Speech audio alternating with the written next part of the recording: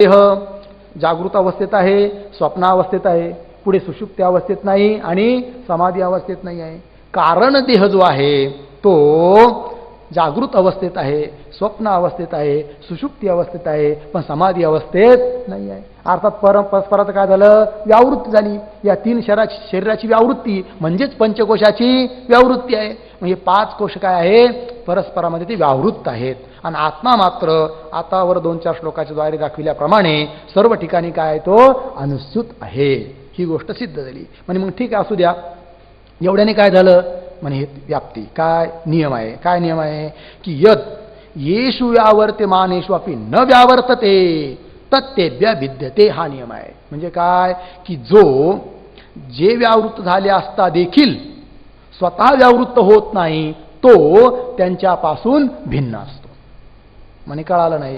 म्हणे पंक्ती पहा काय की यत शब्दाने अगोदर उदाहरण समजून घ्या. यथा कुसुमेभ्य सूत्रम, जसं हार आहे, फुलांचा हार. तर फुलांचा जो हार आहे त्यात किती फुलं आहेत, अनेक पुष्प आहेत, 1, 2, 3, 10, 20 काय असतील ते, आणि धागाही आहे. त्या धाग्याने साऱ्या पुष्पांना धरून ठेवलेलं आहे. मग आता या पुष्पामध्ये, प्रथम पुष्पामध्ये धागा आहे की नाही, दुसऱ्या पुष्पात, तिसऱ्या पुष्पात आहे. पण दुसरं पुष्प जे आहे, तर दुसरं पुष्प म्हणजे पहिलं पुष्प आहे का? मग दुसऱ्या पुष्पाच्या ठिकाणी पहिल्या पुष्पाची काय आहे, व्यावृत्ती. तिसऱ्या पुष्पाच्या ठिकाणी पहिल्या दुसऱ्या पुष्पाची व्यावृत्ती आहे. मग हे जे पुष्प आहेत, फुलं आहेत, हे परस्परामध्ये व्यावृत्त आहेत. आणि धागा जो आहे, दोरा, तो मात्र सर्व फुलामध्ये काय आहे, अनुस्यूत आहे. ठीक आहे ना. मग आता बघा, यत शब्दाने धरायचा धागा, दोरा. यत येषु व्यावर्ते मानेषु अपि, येषु नाम पुष्पेषु, पुष्प फुलं व्यावृत्त झाले तरी देखील न व्यावर्तते. यत न व्यावर्तते. यत म्हणजे धागा व्यावृत्त होत नाही. फुलांची व्यावृत्ती असली तरी तो धागा मात्र व्यावृत्त होत नाही. म्हणून तत् सूत्र, धागा, दोरा, तेभ्य विद्यते. तेभ्य नाम पुष्पेभ्य विद्यते. त्या पुष्पापासून तो धागा काय आहे, भिन्न आहे. दृष्टांत कळाला. अजून एक दृष्टांत दिलाय बघा. यथावा खंडादि व्यक्तिभ्य गोत्वम, है ना. गौ म्हणजे काय, अनेक प्रकारच्या गायी आहेत. खंडा गाय, मुंडा गाय, आहे ना, चित्रा गाय, काळी कपिला गाय, पुष्कळ पांढरी गाय, अनेक प्रकारच्या गायी आहेत. काळ्या रंगाची, पांढऱ्या रंगाची, तांबड्या रंगाची. खंडा म्हणजे पाय मोडलेली आहे, मुंडा शिंग मोडलेली आहेत वगैरे, अनेक प्रकारच्या गायी आहेत. पण अनेक प्रकारच्या जरी गायी असल्या तरी गोत्व धर्म, गोत्व जाती साऱ्या गायींमध्ये आहे की नाही, आहे की नाही. आता खंडा गाय किंवा कपिला गाय, काळी जी गाय आहे, काळ्या रंगाची गाय, म्हणजेच सफेद गाय आहे का, म्हणजे सफेद गायीची व्यावृत्ती आहे कपिला गायीच्या ठिकाणी, किंवा खंडा गायीच्या ठिकाणी मुंडा गायची गाय आहे, व्यावृत्ती आहे. ती गाय म्हणजे ही गाय नाही, ही गाय म्हणजे ती गाय नाही, परस्परात व्यावृत्त आहे. खंडा गाय तुमच्या घरी असेल, मुंडा गाय आमच्या घरात असेल. इथं ती नाही, तिथं ती नाही, म्हणजे प्रत्येकाची काय झाली, व्यावृत्ती. पण गोत्व धर्म जी आहे, जाती, त्या गायीत पण आहे, या गायीत पण आहे. मग गोत्व जो सर्व ठिकाणी अनुस्यूत आहे आणि गो व्यक्तीची मात्र व्यावृत्ती आहे. आणि म्हणून गोत्व या धर्मापासून गो व्यक्ती काय आहे, भिन्न आहे. गोत्व हे सामान्य आहे आणि गौ हे द्रव्य आहे की नाही. द्रव्य वेगळं आहे, सामान्य नाम जाती भिन्न आहे. या पंक्तीत लावा आता. यत शब्दाने काय घ्यायचं, गोत्व धर्म. येषु व्यावर्ते मानेषु अपि न व्यावर्तते. येषु खंडादि गो व्यक्तीषु व्यावर्ते मानेषु अपि, खंडादि ज्या गायी आहेत त्यांची व्यावृत्ती परस्परात असली तरी देखील न व्यावर्तते. कोण, यत म्हणजे गोत्व. तत् गोत्व. तेभ्य म्हणजे त्या खंडादि गायीपासून भिन्न आहे. कळाला नियम. मग काय नियम झाला की जो सर्व ठिकाणी अनुस्यूत असतो आणि काहींचे काय असते, व्यावृत्ती असते. मग जो अनेकांची व्यावृत्ती असली तरी देखील व्यावृत्त होत नाही, तो त्यांच्यापासून, व्यावर्तमान पदार्थापासून काय असतो, भिन्न असतो. ठीक. आता हाच नियम इथं लावा. यत शब्दाने धरायचा कोण, आत्मा.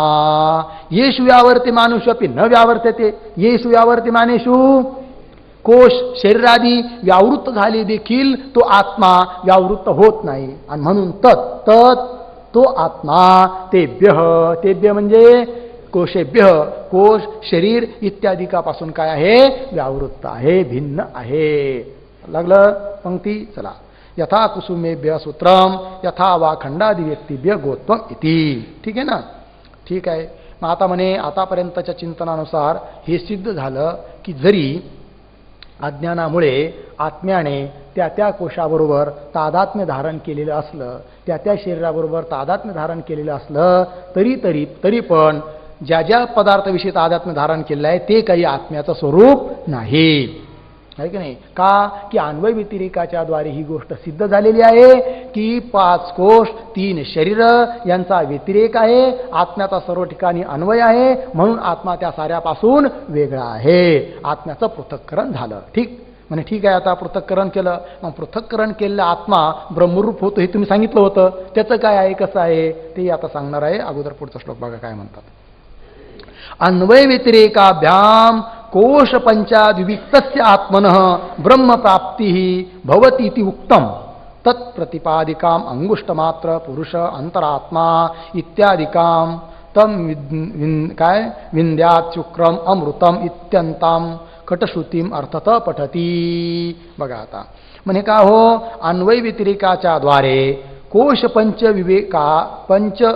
पंचकात विक्तस्य आत्मन ब्रह्म प्राप्तिर्भवती हे तुम्ही मागं सांगितलं. श्लोक नंबर 37 मध्ये काय सांगितलं की अन्वय व्यतिरेकाच्या द्वारे 5 कोशांच्या पासून आत्मा जर विविक्त केला, पृथक केला, तर त्या पृथक केलेला आत्मा ब्रह्मरूप होतो ही गोष्ट तुम्ही सांगितली आणि आत्मा पृथक करून पण दाखवला. म्हणजे ठीक आहे, काही हरकत नाही. पण ही गोष्ट केवळ तुम्ही युक्तीने सांगता, मग युक्तीवरच आधारित आहे का की याला काही श्रुतीचं प्रमाण आहे? तर उत्तर देतात याला श्रुती प्रमाण आहेत. काय आहे? तत्प्रतिपादिकाम हेच गोष्टीचं प्रतिपादन करणारी श्रुती सांगतात. अंगुष्ट मात्र पुरुष अंतरात्मा, अंगुष्ट मात्र असणारा जो पुरुष म्हणजे आत्मा साक्षी तोच काय आहे? अंतरात्मा आहे. यद्यपि आत्मा काही अंगुष्ट मात्र थोडी आहे की नाही, परंतु हृदयाकाश आहे की नाही, हृदय हे अंगुष्ट मात्र आहे. कारण अंतकरणाची उपाधी आहे हृदय. हृदय अंगुष्ट मात्र आहे आणि अंगुष्ट मात्र असणारं हृदय त्याच्या उपाधीनियुक्त असणारा अंतकरणालाही अंगुष्ट मात्र आहे आणि त्या उपाधीनियुक्त असणारा आत्मा त्याच्यावर सुद्धा या विशेषणाचा धर्म गेला आणि म्हणून आत्म्याला साक्षीला अंगुष्ट मात्र म्हटल्या गेलेले आहे. पण या अंतकरणाधिकाचा किंवा हृदयाचा बात केला तर जो असा साक्षी आहे आत्मा तो मात्र काय आहे? ब्रह्मरूप आहे. म्हणून तो अंगुष्ट मात्र जो पुरुष आहे तो काय आहे? अंतरात्मा आहे, तो साक्षी आहे. इत्यादी काम इथून आरंभ करून तम आत्मानं त्या आत्म्याला शुक्रम अमृतम विंध्यात. शुक्र म्हणजे शुद्ध स्वरूप, अमृत स्वरूप तो आत्मा आहे असं जाणावं. ठीक आहे ना? इत्यंताम इथपर्यंतच्या कटश्रुतीने ही गोष्ट सांगितलेली आहे. त्या श्रुतींचं तात्पर्य ग्रंथकार श्लोकाच्या द्वारे सांगतात. अर्थतः पठती म्हणजे त्या श्रुतींचा अर्थाला घेऊन श्लोकाच्या द्वारे सांगतात. शब्दशः त्या श्रुती सांगत नाही. यथा मुंजादिशी कैव महात्मा युक्त्या समुद्धृतः शरीर त्रितया धीरै परम ब्रह्मैव जायते. यथा मुंजादिशी कैव महात्मा युक्त्या समुद्धृतः शरीर त्रितया धीरै परम ब्रह्मैव जायते. यथा मुंजात इशिका एवं आत्मा युक्त्या समुद्धृतः शरीर त्रितयात धीरैः परम ब्रह्म एव जायते. अन्वय पहा. यथा मुंजात इशिका एवं आत्मा युक्त्या शरीर त्रितयात धीरैः समुद्धृतः परम ब्रह्म एव जायते. अर्थ पहा की यथा मुंजात म्हणजे गवत आहे, गवताचा प्रकार आहे काहीतरी. तर त्या गवतामधून त्याचा आतला जो कोमल गर्भ आहे तो काही विशिष्ट कार्यासाठी जर पाहिजे असेल त्याला जर त्या बाकीच्या स्थूल गवतपत्रापासून जर त्याला बाजूला करायचं असेल तर फार युक्तीने करावं लागतं. कारण तो आतला जो कोमल गर्भ आहे तो फार मृदू असतो, तुटतो लगेच. म्हणून त्याला हळूच काय करावं लागतं? बाकीचे पत्र बाजूला करून त्याला हळूच काढावं लागतं. ही ती जशी युक्ती आहे त्याप्रमाणे यथा ज्याप्रमाणे मुंजात ईशिका एवं अशाच रीतीने आत्मा युक्त्या आत्मा हा युक्तीने, कशापासून पण, शरीर त्रितयात, या 3 शरीरापासून, धीरही समुद्रत, धीर पुरुषाने आत्म्याला या 3 शरीरापासून काय केलं आहे, पृथक्करण केलेलं आहे. आणि असा पृथक्करण केलेला आत्मा परम ब्रह्मएव जायते, तो परब्रह्म स्वरूप होतो, असं कटश्रुतीमध्ये सांगितलेलं आहे. टीका. यथा नाम येन प्रकारेण, ज्या प्रकारे, मुंजात म्हणजे काय हो, एतन नामका तृण विशेषात, एतन नाम म्हणजे मुंजा नावाचं कोणीतरी काय तृण, गवत किंवा हरळ वगैरे ज्याला आपण म्हणतो ते काही येत नाही. एतन नामका तृण विशेषात ईशिका म्हणजे गर्भस्थम कोमलम तृणम, त्या गवतामध्ये, त्या मुंजा नावाच्या त्या गवतामध्ये आत असणार जे कोमल दर्भ आहे, कवळा, गर्भस्थम कोमलम तृणम, युक्त्यानाम बहिरावरकत्वेन स्थितानाम स्थूलपत्राणाम विभजन लक्षणोपायेन समुद्रीयते, है की नाही. तो जो कोमल दर्भ आहे ज्याला ईशिका म्हणतात, त्याला बाजूला करण्यासाठी काय करावं लागतं, बहि आवरकत्वेन, त्या कोमल दर्भाला बाहेरून आवरण करणारे, संरक्षण करणारे जे कोणी स्थूलपत्र आहेत, जाडजाड पत्र आहे, ते लवकर तुटत नाही, पक्के झालेले आहेत, वारा पाऊस ऊन खाऊन ते काय झाले आहेत, पक्के झालेले आहेत. अनंत जन्मामध्ये भोग भोगून शरीराधिकाविषयी तादात्म्य करून या स्थूल शरीराधिकाबरोबर आत्मा काय झाला आहे, पक्का झालेला आहे. त्याचा परिणाम की स्थूल शरीरालाच आपण काय समजतो, आपलं स्वरूप आपण समजतो आहे. हे स्थूल शरीरच काय आहे, आत्मा आहे. मनच काय आहे, आत्मा आहे. पण जसं ते तृण, कोमल गर्भ ज्याला आपण ईशिका हळूच बाजूला करायची आहे, बाजूचे पत्र बाजूला करून, त्याप्रमाणे चिंतन करून, मनन करून, निधिध्यासन करून, शास्त्र श्रवण करून, आहे की नाही, काय करायचं आहे की स्थूल शरीराचा व्यतिरेक आहे, आत्म्याचा अन्वय आहे, सूक्ष्म शरीराचा व्यतिरेक आहे, आत्म्याचा अन्वय आहे, कारण शरीराचा व्यतिरेक आहे, आत्म्याचा अन्वय आहे.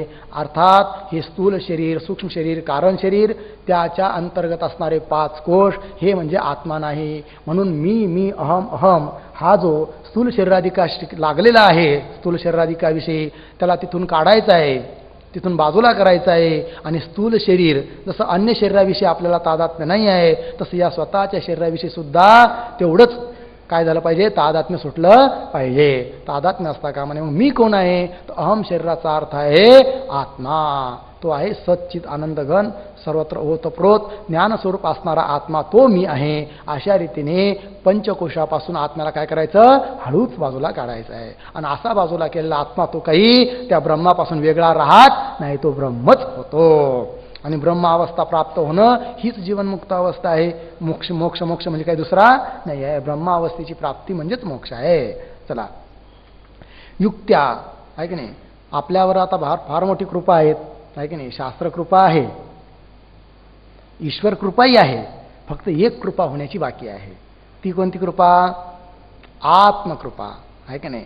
आत्मकृपा होण्याची बाकी आहे. आत्मकृपा झाली की मोक्ष तुमच्या आपल्या हातात आहे, असा अर्थ आहे. आपल्याला योग्य ग्रंथ भेटलाय पंचदशी सारखा, एवढा मोठा सत्संग भेटलेला आहे, है की नाही, माऊलीचं सानिध्य आहे. अर्थात जी काय सामुग्री आवश्यक आहे आत्मज्ञान होण्यासाठी ती भगवंताने पूर्ण उपलब्ध करून दिली. म्हणजे ईश्वर कृपा आपल्यावर आहे. शास्त्र आपल्याला कळतं, शास्त्रकृपा आहेत, गुरुकृपा आहेत, साऱ्या कृपा आहेत. फक्त काय नसते, आत्मकृपेमध्ये मनुष्य कमी पडतो. आत्मकृपा म्हणजे काय, स्वतः इच्छा तर केली पाहिजे ना आपण आपल्या स्वरूपाला जाणण्याची. स्वतः इच्छा तर केली पाहिजे ना की आपल्या शरीराला बाध करण्याची. आपल्या शरीराधिकाचा बाध जर केला तरच, ती जर प्रयत्न केले तरच काय होणार आहे, आत्मकृपा आहे असा त्याचा अर्थ सिद्ध होणार आहे. असं बोलत ढसाळ गेलो. चला, कुठे आहे, आम्हाला पाठाचा आनंद घ्यायची सवय आहे ना, त्यामुळे इथं थोडा घेतो. पण आता वेळाचं बंधन आहे. कुठं चाललं आपलं, हां, हे सरळ आहे. युक्त्या बही आवरकत्वेन स्थितानाम स्थूलपत्राणाम विभजन लक्षणोपायेन, है ना, भंजन रूपी उपाय केल्याने जसं ते कोमल द्रव्य बाजूला करता येतं, एवं आत्मापि, अशाच रीतीने आत्मा देखील युक्त्या म्हणजे अन्वय व्यतिरेक लक्षणोपायेन, अन्वय व्यतिरेक लक्षण या उपायाने शरीर त्रितयात, पूर्वोक्तात शरीर त्रितयात, आत्ता मागे सांगितले 3 शरीरापासून धीरही. धीरही म्हणजे कोण? ब्रह्मचर्यादी साधन संपन्नही अधिकारीही पुरुषैही. ब्रह्मचर्यादी आदी शब्दाने विवेक, वैराग्य, समाधी, षटक, मुमुक्षुत्व इत्यादी साधन संपन्न असणारे अधिकारी पुरुषांनी समुद्रुत पृथक्कृत चेत वेगळा केला तर सह सह आत्मा परम ब्रह्म एव जायते, तो परब्रह्म स्वरूप होतो. चिदानंद रूपत्वस्य लक्षणस्य उभयो अपि अविशिष्टत्वात इति अभिप्राय. म्हणजे मग काय होतो? वेगळा केलेला आत्मा परब्रह्म स्वरूप होतो. कसं काय होतो? अहो म्हणे चिदानंद रूपत्व लक्षणस्य, म्हणजे सच्चित आनंद तो आत्मा आहे, सच्चित आनंद ब्रह्म आहे, दोन्हीचं लक्षण सारखं आहे आणि म्हणून दोन्ही एकच होतात, कारण दोन्हीच्या उपाध्याचा बाद झालेला आहे. चिदानंद रूपत्वस्य लक्षणस्य उभयो, उभयो आत्मा आणि परमात्मा दोन्ही ठिकाणी अविशिष्टत्वात. अविशिष्टत्वात म्हणजे समानत्वात. विशिष्ट म्हणजे भिन्न भिन्न असणं, अलग अलग. विशेष असणं तर विशेष नाही राहिला, आता सामान्य आहे, साधारण झालं आहे. इथे अभिप्राय. चला पुढे. एतावता ग्रंथ संदर्भेण सफलस्य तत्वज्ञानस्य निरूपितत्वात् उत्तर ग्रंथ भागस्य अनारंभ प्रसंग इति आशंक्य तदारंभ सिद्धये वृत्तानुकथन पूर्वकम उत्तर ग्रंथस्य तात्पर्यम आह. म्हणे का हो, आतापर्यंतच्या ग्रंथ संदर्भाने म्हणजे या प्रकरणाला सुरुवात केल्यापासून आहे की नाही, आतापर्यंत किती 42 श्लोक झाले ना, या 42 श्लोकांच्या द्वारे ग्रंथ संदर्भेन ग्रंथ भागेन सफलस्य तत्वज्ञानस्य निरूपितत्वात, तत्वज्ञानाचं निरूपण केलं, पण नुसतं तत्वज्ञानाचं निरूपण केलं नाही तर सफलस्य म्हणजे फलासहित ब्रह्मभावाची प्राप्ती होती. वर सांगितलं ना, परमब्रह्म एव जायते, म्हणजे फलासहित तत्वज्ञानाचं निरूपण केलेलं असल्यामुळे उत्तर ग्रंथ भागस्य अनारंभ प्रसंग. आता उत्तर ग्रंथ म्हणजे पुढचा ग्रंथ काय तुम्हाला सांगायची गरज नाही, बंद करा तुमचा आता अष्टादशा, त्याची गरज नाही. अशी जर कोणी शंका घेईल तर उत्तर देतात, भाऊ तदारंभ सिद्ध हे वृत्तानुकथन पूर्वकम उत्तर ग्रंथस्य तात्पर्यम आह. तदारंभ, तदारंभ म्हणजे उत्तर ग्रंथाचा आरंभ करणं योग्यच आहे हे सांगण्यासाठी अगोदर वृत्तानुकथन. वृत्तानुकथन म्हणजे आतापर्यंत जे जे कथन केलं त्याचं स्मरण करून, वृत्तानुकथन त्याचं कथन करून उत्तर ग्रंथाचं तात्पर्य ग्रंथकार सांगतात. परापरात मनोरेवम युक्त्या संभावितैकता तत्वमस्यादि वाक्यैस्सा भागत्यागेन लक्ष्यते. मनोरेवं युक्त्या संभावितैकता तत्वमस्यादि वाक्यैस्या परापरात् मनोः एवं युक्त्या संभाविता एकता तत्वमस्यादि वाक्यैस्सा भागत्यागेन लक्ष्यते. एवं परापरात् मनोः एकता युक्त्या संभाविता तत्वमस्य सा तत्वमस्यादि वाक्यैहि भागत्यागेन लक्ष्यते. अर्थ पहा. म्हणे एवं म्हणजे अशा रीतीने आतापर्यंतच्या चिंतनानुसार परापरात मनोह म्हणजे जीव आणि परमात्म्याची एकता युक्त्या संभाविता, युक्तीने सिद्ध केली. आतापर्यंत जीव ब्रह्माची एकता सांगितली ती युक्तीने सांगितली. म्हणजे मग ठीक, पुढे काय सांगणार आहात? सा परापरात मनोह एकता, जीव आणि परमात्म्याची एकता. तत्वमस्यादि वाक्यैहि भागत्यागेन लक्ष्यते. तत्वमसी इत्यादी महावाक्याच्या द्वारे भागत्याग लक्षणा करून त्याचा बोध करविल्या जाणार आहे. इथून पुढं ठीक आहे. एवं एवं ना मुक्त प्रकारेण परापरात्मनो. परापरात्मनो म्हणजे तत्वं पदार्थयो परमात्म जीवात्मनो. तत्पदाचा अर्थ आणि त्वं पदाचा अर्थ जो परमात्मा आणि जीवात्मा. तत्पदाचा अर्थ परमात्मा, त्वं पदाचा अर्थ जीवात्मा, त्यांची एकता. एकता नाम अभिन्नता. युक्त्या, युक्त्या म्हणजे लक्षण साम्य प्रदर्शनादि उपायेन संभाविता. संभाविता म्हणजे अंगीकारिता आहे की नाही. युक्तीने म्हणजे त्या दोन्हीचं लक्षण समान आहे इत्यादी उपायाच्या द्वारे अंगीकार करविली. काय? जीव आणि ब्रह्माची एकता युक्तीने. सा एकता तत्वमस्यादि वाक्यैहि स्पष्टं भागत्यागेन विरुद्धांश परित्यागेन लक्ष्यते. लक्ष्यते नाम लक्षणया वृत्त्या बोध्यते. ती एकता आता तत्त्वमस्यादी इत्यादी वाक्याच्या द्वारे स्पष्ट रूपाने भागत्याग लक्षणा करून म्हणजे विरुद्ध अंशाचा त्याग करून लक्षणावृत्तीच्या द्वारे त्या एकतेचं प्रतिपादन करायचं आहे. पुढे तत्त्वमसीति वाक्यार्थ ज्ञानस्य तदादि पदार्थ ज्ञानपूर्वकत्वात् तत्पदस्य वाक्यार्थम तावत आह. म्हणजे ठीक आहे, आता आम्हाला कळालं की आतापर्यंत तुम्ही काय सांगितलं आणि इथून पुढं काय सांगणार आहात. इथून पुढं तुम्ही जी एकता युक्तीने आतापर्यंत सांगितली ती एकता तत्त्वमसी इत्यादी वाक्याच्या द्वारे कशी सांगितल्या जाते ही गोष्ट तुम्ही सांगणार आहात. मग भलं तुम्ही ती एकता सांगण्यासाठी वाक्यार्थबोध करविण्यासाठी भागत्याग लक्षणा कराल इत्यादी कराल, परंतु वाक्यांच्या द्वारे म्हणजे वेदवाक्याच्या द्वारे सुद्धा ती एकता कशी आहे ही गोष्ट सांगायला ग्रंथकार सुरुवात करतात. पण तत्त्वमसी एक वाक्य आहे आणि वाक्यापासून वाक्यार्थबोध म्हणजे शब्दप्रमाणापासून शाब्दी प्रमा जेव्हा उत्पन्न होते तेव्हा काय असावं लागतं, सामुग्री असावी लागते. जसं अनुमिती प्रमा, प्रत्यक्ष प्रमा इत्यादी प्रमा उत्पन्न होण्यासाठी अनेक सामुग्री असावी लागते, त्याप्रमाणे शब्द प्रमाणापासून शाब्दी प्रमा उत्पन्न होण्यासाठी सुद्धा अनेक प्रकारची सामुग्री असावी लागते. त्या सामुग्रीपैकी सर्वात पहिलं आहे पदाचं अर्थाचं ज्ञान, आहे की नाही.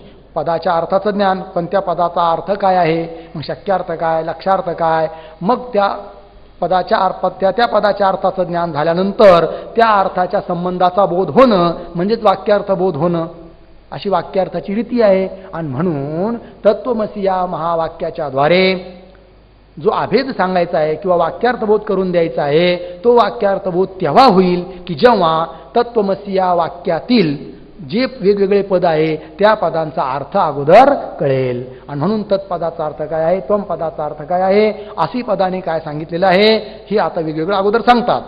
मग तत्पदाचा अर्थ सांगितल्यानंतर त्वम पदाचा अर्थ सांगतील. नंतर एकता जी आहे त्या दोन्ही पदाच्या अर्थामध्ये जी एकता आहे ती शक्यार्थात एकता आहे की लक्षार्थात एकता आहे याचंही विवेचन केलं जाणार आहे. पण पहिली प्रक्रिया म्हणून तत्त्वमसी वाक्यामधील पहिलं पद जे तत्पद त्या तत्पदाचा अर्थ ग्रंथकार सांगतात. जगतो यदुपादानम मायामादाय तामसीं निमित्तं शुद्ध सत्वांता मुच्यते ब्रह्म तद्गिरा. जगतो यदुपादानं मायामादाय तामसीं निमित्तं शुद्ध सत्वांता मुच्यते ब्रह्म तद्गिरा. एकदम सोपा आणि सरळ आहे. तत्पदाचा अर्थ ईश्वर. बस तत्पदाचा अर्थ काय घ्यायचा आपल्याला, ईश्वर. तो ईश्वर जगताचं उपादान कारण पण आहे आणि जगताचं निमित्त कारण पण आहे. यद्यपि जे शुद्ध ब्रह्म आहे ते न उपादान कारण आहे न निमित्त कारण आहे, न शक्य आहे न लक्ष्य आहे, परंतु उपाधिनियुक्त असणारा जो ईश्वर, माया उपाधिनियुक्त असणारा चैतन्य ज्याला आपण ईश्वर म्हणतो तो ईश्वर जगाचं उपादान कारण पण आहे आणि निमित्त कारण पण आहे. तमोगुणात्मक मायेला घेऊन जगताचं उपादान कारण आहे आणि सत्वगुणात्मक त्या मायेला घेऊन जगताचं निमित्त कारण आहे. असा जो ईश्वर जगताचं कारण असणारा तो तत्पदाने घ्यायचा. बस एवढंच या श्लोकातून सांगायचं आहे. पहा आता यत तामसीम अन्वय यत तामसीम मायाम आदाय जगत उपादानम. ठीक आहे ना. पुढे शुद्ध सत्वाम ताम ताम मायाम आदाय पुन्हा आला आदाय निमित्तम ब्रह्म तत् गिरा उच्यते. तद्गिरा म्हणजे तत्शब्देन उच्यते, तत्शब्दाने बोलल्या जातं, तत्शब्दाने सांगितलं जातं. काय म्हणे की यत जे ब्रह्म काय की यत तामसीम मायाम आदाय तमोगुण प्रधान मायेला घेऊन, म्हणजे मायेमध्ये तिन्ही गुण आहे सत्वगुण रजगुण तमोगुण, पण तमोगुणाचं आधिक्य घेऊन तो जगताचं उपादान कारण बनतो. तर तामसीम मायाम आदाय तमोगुणात्मक मायेला घेऊन आदाय घेऊन जगत उपादानम जगताचं उपादान कारण आहे. आणि तोच परमात्मा शुद्ध सत्वाम ताम त्या मायेच्या सत्वगुणाला घेऊन शुद्ध सत्वाम ताम मायाम आदाय त्या मायेला घेऊन निमित्तम कशाचं जगत निमित्तम जगताचं निमित्त कारण आहे. आणि असं जे ब्रह्म आहे जे की जगताचं उपादान कारण निमित्त कारण आहे, सोपाधिक ब्रह्म म्हणजे ईश्वर अर्थात माया विशिष्ट चैतन्य अर्थात अधिष्ठान चैतन्य, माया मायेत पडलेलं चैतन्य, तिघं मिळून झालेला ईश्वर, तो ईश्वर तद्गिरा उच्यते, तत्पदेन उच्यते, तत्शब्दाचा तो वाच्यार्थ आहे. चला पुढे. यत सच्चिदानंद लक्षणम ब्रह्म तामसीम म्हणजे तमोगुण प्रधानाम मायाम आदाय, तमोगुण प्रधान असणाऱ्या मायेला घेऊन आदाय नाम उपाधित्वेन स्वीकृत्य, उपाधिपणाने घेऊन जगतः चराचरात्मकस्य कार्यवर्गस्य, चराचरात्मक असणारा जो कार्यवर्ग नाम जगत त्याचं उपादानम. उपादान म्हणजे काय? अध्यास अधिष्ठानम. अध्यासाचा हे काय सर्व जगत अध्यास आहे आणि त्याचा तो काय आहे? अधिष्ठान. अधिष्ठान म्हणजे विवर्तोपादान असा अर्थ लावा. शुद्ध सत्वाम विशुद्ध सत्वप्रधानाम ताम उपाधित्वेन स्वीकृत्य, शुद्ध सत्वप्रधान त्या मायेला घेऊन निमित्त निमित्तम है ना, निमित्तम उपादानादि अभिज्ञम कर्तृभवती. निमित्तम निमित्त कारण तो होतो आहे की नाही. आता बघा निमित्त कारण कोण होतो की किंवा कर्ता कोण होतो? तो उपादानादि अभिज्ञम कर्तृभवती. कोणत्याही कार्याचा कर्ता तो होतो की जो त्या कार्याच्या उपादान कारणाला जाणतो. घटाचं कर्ता तुम्ही आम्ही नाही होऊ शकत, कारण घटाला उपादान करणार असणारी जी माती, त्या मातीची परीक्षा करण्याची बुद्धी तुमच्या आमच्याजवळ नाही आहे. ज्याच्याजवळ आहे, जो त्या कारणाला जाणतो तोच काय होतो? त्या कार्याचा कर्ता होतो. तसं हे जगताचं उपादान करणार असणारी माया, त्या मायेला आणि किंवा जी काय जीवांचा अदृष्ट वगैरे जी काय सामुग्री असेल जगताच्या जगतरूपी कार्यासाठी, त्या साऱ्या सामुग्रीला जाणणारा अल्पज्ञ असणारा जीव तुम्ही आम्ही नाही होऊ शकत. मग तो कोण आहे? ईश्वर आहे. म्हणून तो ईश्वर या संपूर्ण जगताचा कर्ता आहे. उपादानादि अभिज्ञम कर्तृभवती. तद्ब्रह्म निमित्तोपादान उभय रूपम ब्रह्म म्हणजे निमित्त कारणही ते आहे, उपादान कारणही ते ब्रह्म आहे. तद्गिरा तत्त्वमसी इति वाक्यस्तेन तत्पदेन उच्यते. तत्त्वमसी या वाक्यामधील तत्पदाने बोलल्या जातं. कोण? ते ब्रह्म जो की जगताचं निमित्त कारणही आहे, उपादान कारणही आहे असा ईश्वर. तत्पदाचा अर्थ त्वम पदवाच्यार्थम आह. आता त्वम पदाचा अर्थ काय आहे? म्हणजे त्वम पदे कुठून आणलं भाऊ? कशातून? अहो नाही हो, तत्त्वमसी या महावाक्याचा अर्थ सांगायचा आहे. मग तत्त्वमसी महावाक्याचा अर्थ तेव्हा कळेल जेव्हा त्या वाक्यातील पदांचा अर्थ कळेल. मग त्या वाक्यामध्ये जसं पहिलं पद आहे तत्पद, मग तत्पदाचा अर्थ सांगितला. दुसरं पद आहे त्वम पद, मग त्वम पदाचा काय अर्थ आहे तो अगोदर आम्ही सांगतो, कारण पदांचे अर्थ कळाल्याशिवाय पूर्ण अखंड बोध वाक्यार्थबोध होऊ शकत नाही. म्हणून त्वम पदाचा वाच्यार्थ यदा मलिन सत्वां ताम काम कर्मादि दूषिताम आदत्ते तत्परम ब्रह्म त्वं पदेन तदोच्यते. यदा मलिन सत्वां ताम काम कर्मादि दूषिताम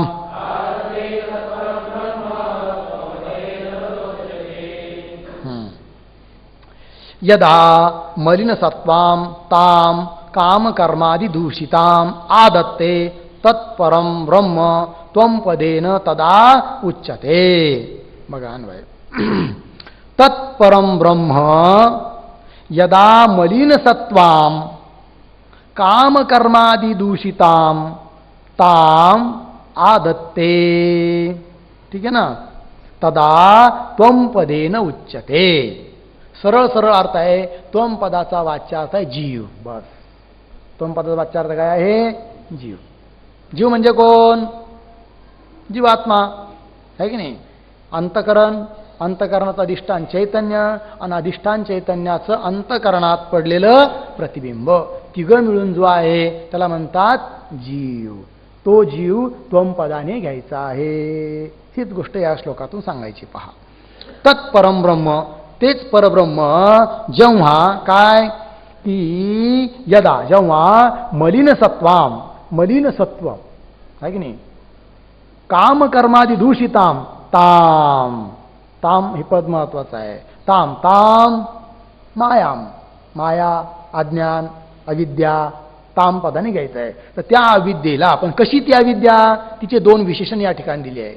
मलिन सत्वाम काम कर्मादी दूषिताम.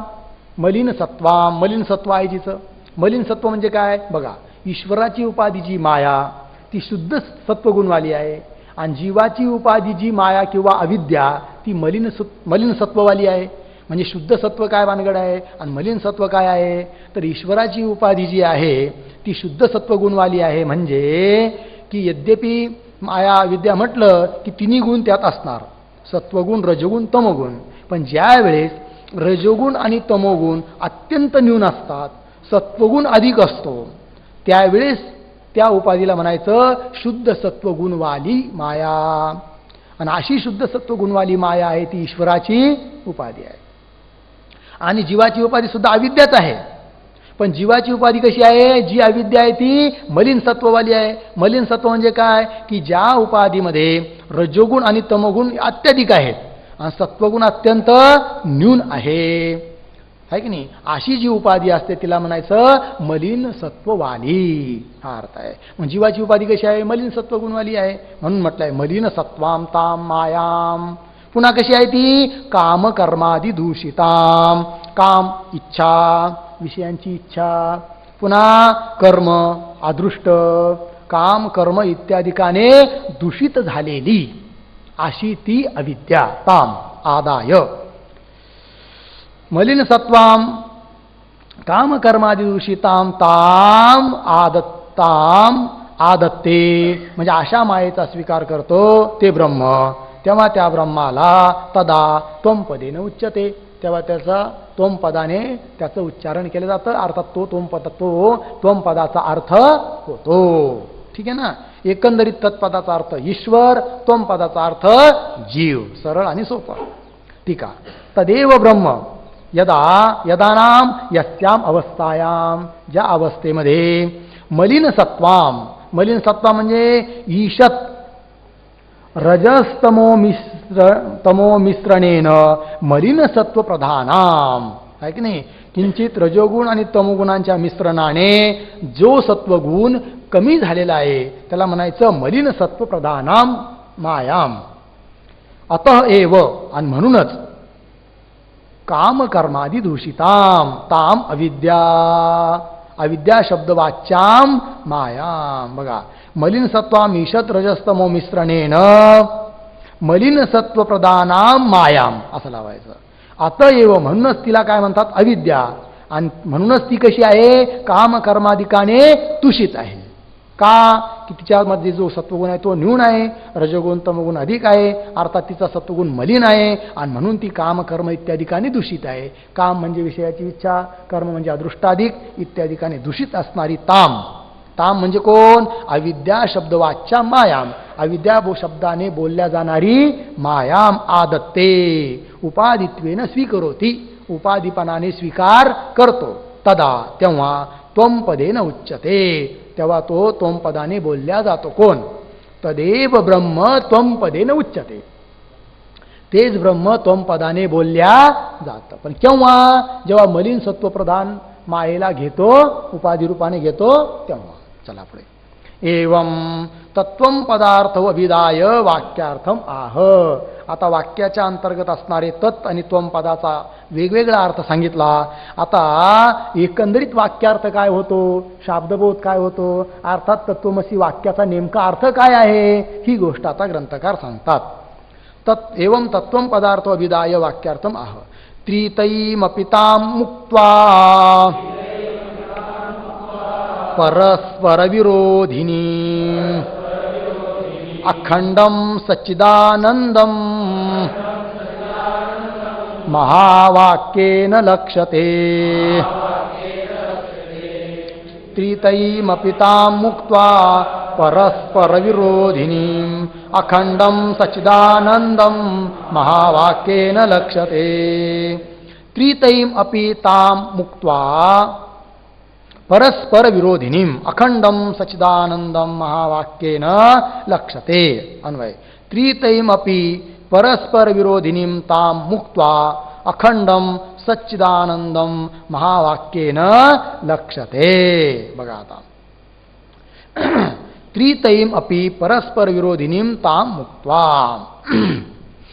त्रितयीम अपि म्हणजे काय बघा, आता तत्त्वमसी महावाक्याच्या द्वारे वाक्यार्थबोध काय होतो हे सांगायचं आहे, दुसरं काही नाही. सरळ सरळ तात्पर्य असं आहे की तत्पदाचा वाच्यार्थ ईश्वर, त्वम पदाचा वाच्यार्थ जीव, आणि असे जे पद आहे ते असे पद सांगतं की तो ईश्वर तू जीव आहेस. अर्थात जीव आणि ईश्वर, ईश्वर आणि जीव दोन्ही एकच आहेत, दोघात भेद नाही. मग पुन्हा प्रश्न येतो की ईश्वर जगताचा करता आहे, आम्ही यत्किंचित आहोत, तो सर्वज्ञ आहे, आम्ही अल्पज्ञ आहोत, आहे की नाही. त्याची उपाधी शुद्ध सत्वप्रधान आहे, आमची उपाधी मलिन सत्ववाली आहे. ईश्वराचा आणि जीवाचा अभेद कसा होऊ शकेल?